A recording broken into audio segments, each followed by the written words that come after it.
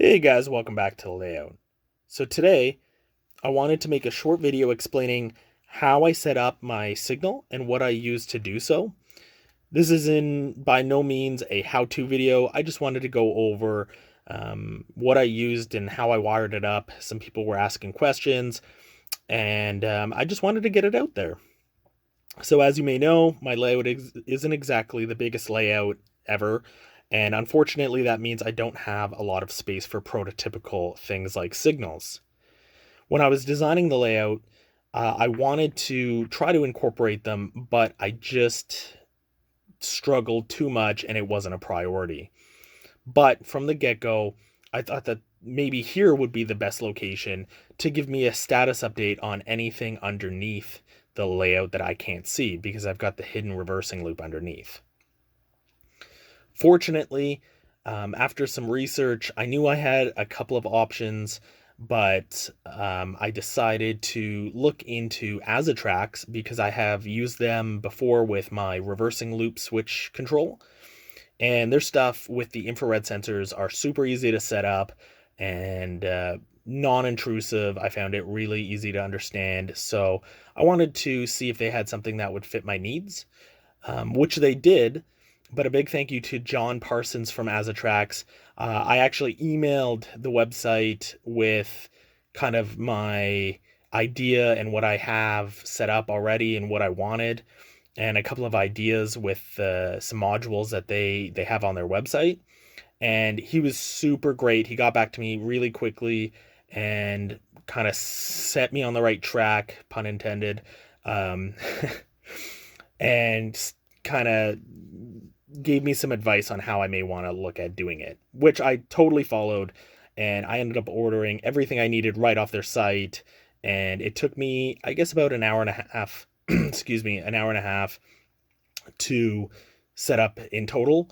And I found it really easy. It was actually super enjoyable. So right here, I've got a Custom Signals HS3 single SA. It's from Custom Signals. Again, I got it right off their site. And it's got the three colors, the green, yellow, and red. Behind it, you can see the infrared sensors.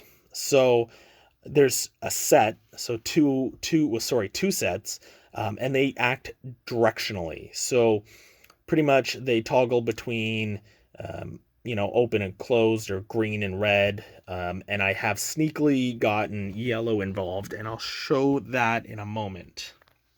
So if I take this box car, and I've got some track blocking off because in my first cut, I lost box car and I'm going to have to go retrieve it. But we've got the signal here and it's green. And then as it goes, it switches and hopefully that stops it. It has not stopped it. Oh, buddy. And I actually think it might have derailed it. So cool. Good stuff. But you can see it's red and I can sneakily go to yellow and back to red. And if we just pretend like the hand express here is coming back up and I block the infrared sensor, you can see it goes back to green. I know it's not super prototypical where it waits till the end of the train is cleared to switch the signal, but due to my space constraints, I just wanted to kind of keep it simple. And this works really well, so I decided to go with it. This is the toggle switch that I use on my fascia to go between yellow and red. I wanted to include all three colors just because for, videos or pictures, I thought it would be really neat that I could, kind of prototypically have all three colors. So now if I really want to, I can have this set to yellow and I can hit the infrared sensor, it turns yellow, and then after a delay, I can flip the switch and it can turn to red.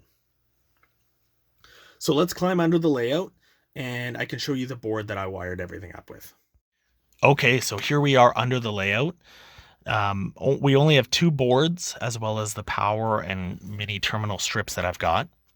So this board here on the right is the D2T DS. So it's a directional infrared sensors and it's a momentary relay. And then we've got the LARY-DC board, and that's basically just the toggle relay. We have power in, and I'm using the PS 1215 to power everything. And then this just connects to the signal. So pretty much power comes in. We've got the top two connections. We also have a helper with glowy eyes, apparently. So we've got the top two terminals that are actually powering the board. And then the bottom three are the relay connections. So I've tried to color code this as best as possible. We have the red coming in from positive, and that's going into the relay base. And then you've got the green and yellow, which are going over into the input for the LARY-DC. We also have a wire coming into the LARY-DC from negative power, and that basically says, okay, if it makes a connection, then toggle it. And the output, there's two outputs, but I'm not using one. I'm only using this one on this side, and it's coming out here. So there are three wires coming out. One goes back to negative to complete the circuit. And the other, you can see green is going to the green signal.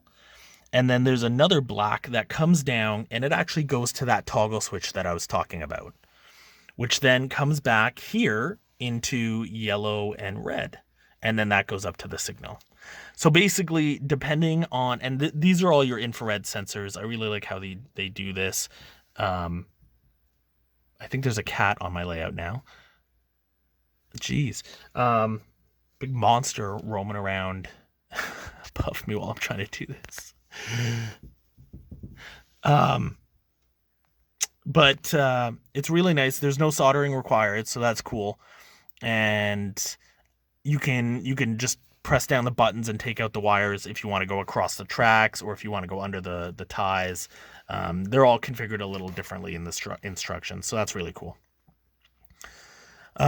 Basically, once it's set up, depending on the direction, whichever infrared sensor set is triggered first, then the output here goes between, you can see there's YC, Y1, and Y2. So either YC connects to Y1 or YC connects to Y2. But it's only momentary, so it goes into this board, which creates a toggle. And the nice thing about that is if I park a train down beneath and it turns red, the signal turns red, and I shut everything off for like a week, I can come back and it's still going to be red because it's still going to be toggled by this. So that's really great.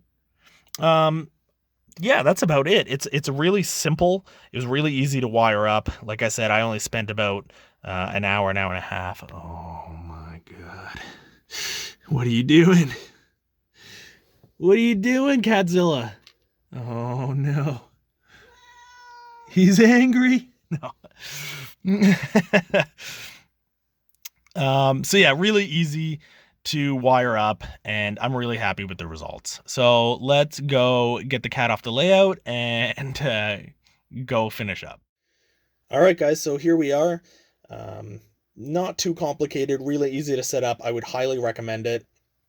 Disclaimer, I am not sponsored by Azatrax, even though I wish I was. I think that would be super cool, but I'm not. I just really like their stuff. I think it's easy to set up. It works great, and I'm super happy with it. I've been running this about, I guess about a week, and no problems so far, knock on wood. So thankfully, everything's been great, and I hope you guys enjoy that video. Don't forget to subscribe. If you haven't, I hate to say that, but a lot of my viewers are not subscribed, so don't forget to subscribe. You have a couple more days about the giveaway. If you haven't seen the giveaway video, go check that out. It's open until this Saturday, and until next time, guys, enjoy your bacon.